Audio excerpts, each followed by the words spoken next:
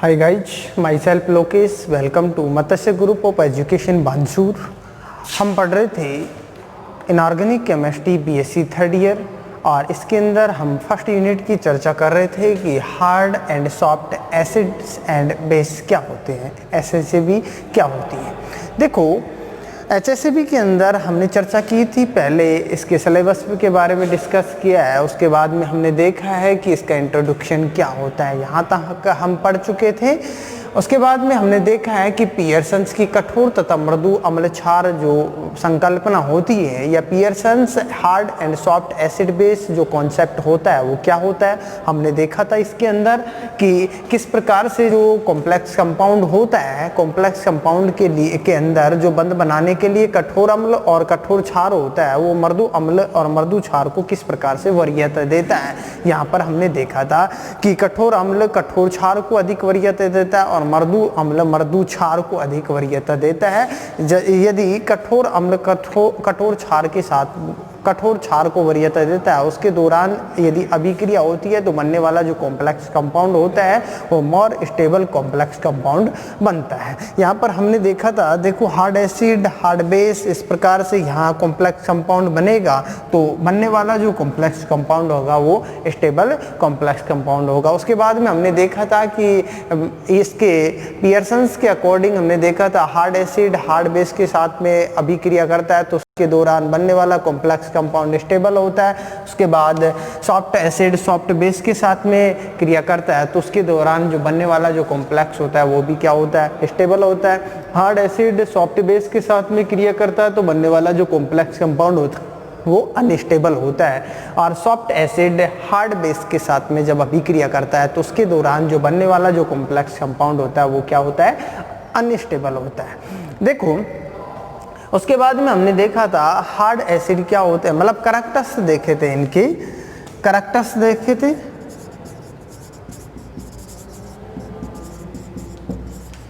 Characteristics of एचएसएबी, एचएसएबी के characteristics की बात करते हैं तो यहाँ पर देखो सबसे पहले हमने देखा है हार्ड एसिड क्या होते हैं। हार्ड एसिड के बारे में हमने देखा है कि इनके अंदर अनेक गुण पाए जाते हैं, उच्च धनात्मक आवेश घनत्व और उच्च आयनन विभव पाया जाता है, अर्थात उच्च धनात्मक आवेश घनत्व अर्थात उच्च आयनन विभव इनका पाया जाता है।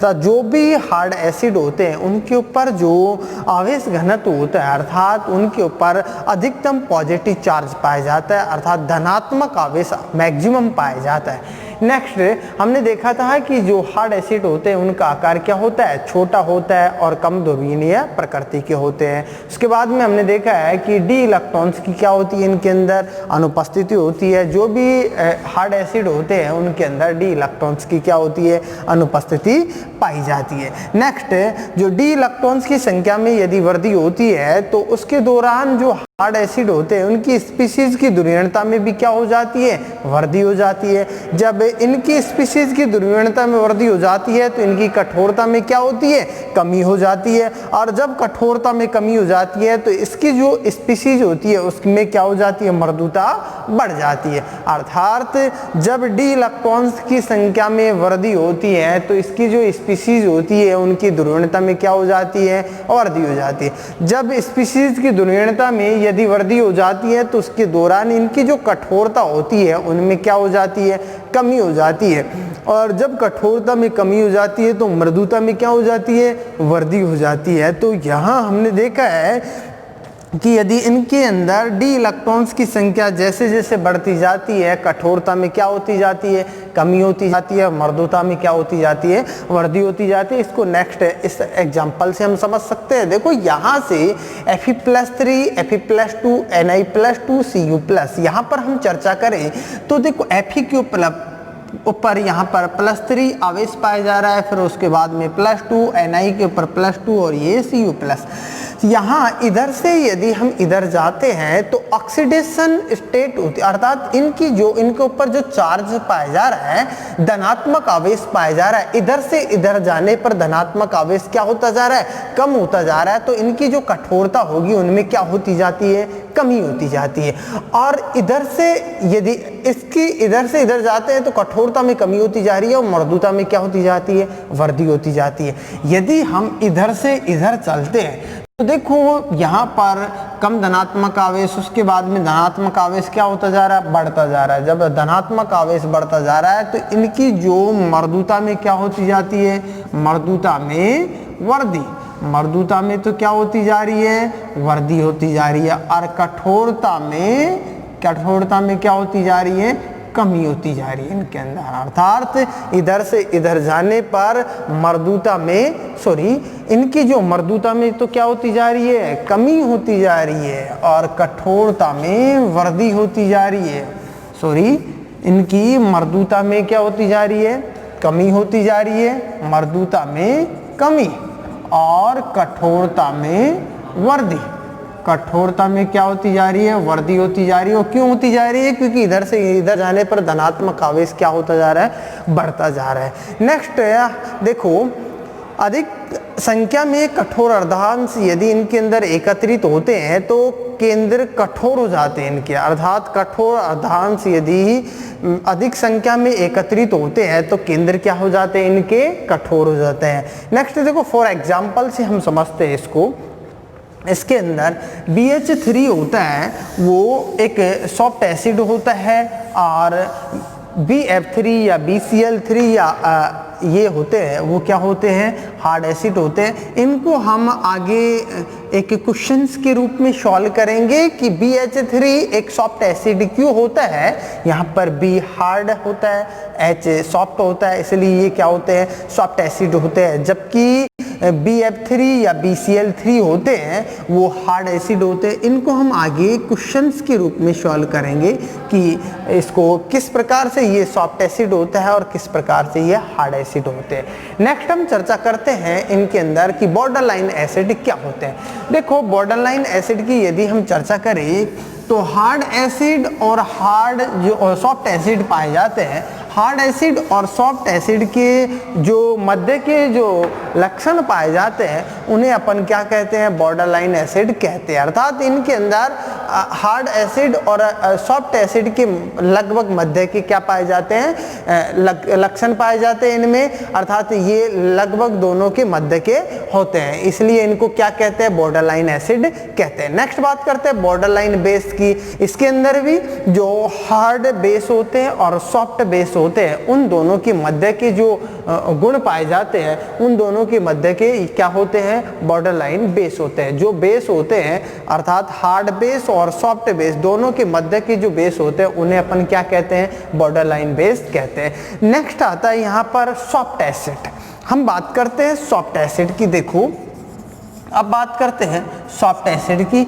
इनके अंदर अनेक गुण पाए जाते हैं। जो हार्ड एसिड के अंदर गुण पाए जा रहे थे उनके विपरीत गुण किनके अंदर पाए जाते हैं, सॉफ्ट एसिड के अंदर पाए जाते हैं। इनका जो आकार होता है, इनका आकार मतलब बड़े आकार होता है इनका, और बड़ा आकार का जो धनायन होता है वो अधिक ध्रुवीय मतलब ध्रुवीय पाए जाते हैं, अर्थात अधिक ध्रुवीय होते हैं। अर्थात उनके अंदर यदि इनका आकार बड़ा पाया जाता है तो ध्रुवीय है, पोलैरिटी इनकी क्या होती है, अधिक पाई जाती है। अर्थात बड़ा आकार होने के कारण इनकी ध्रुवीय जो प्रकृति होती है वो भी क्या होती है, अधिक पाई जाती है। अर्थात बड़े आकार का धनायन जो कि अधिक ध्रुवीय हो सके, तो ये क्या होते हैं, सॉफ्ट एसिड के अंदर। इनका जो आयनन होता है, आयनन विभव क्या पाया जाता है, कम पाया जाता है, अर्थात कम आयनन विभव इनके अंदर पाया जाता है। नेक्स्ट डी और एफ इलेक्ट्रॉन्स की क्या होती है, इलेक्ट्रॉन की क्या होती है, डी और एफ इलेक्ट्रॉन की अधिक संख्या इनके अंदर पाई जाती है। किनके अंदर,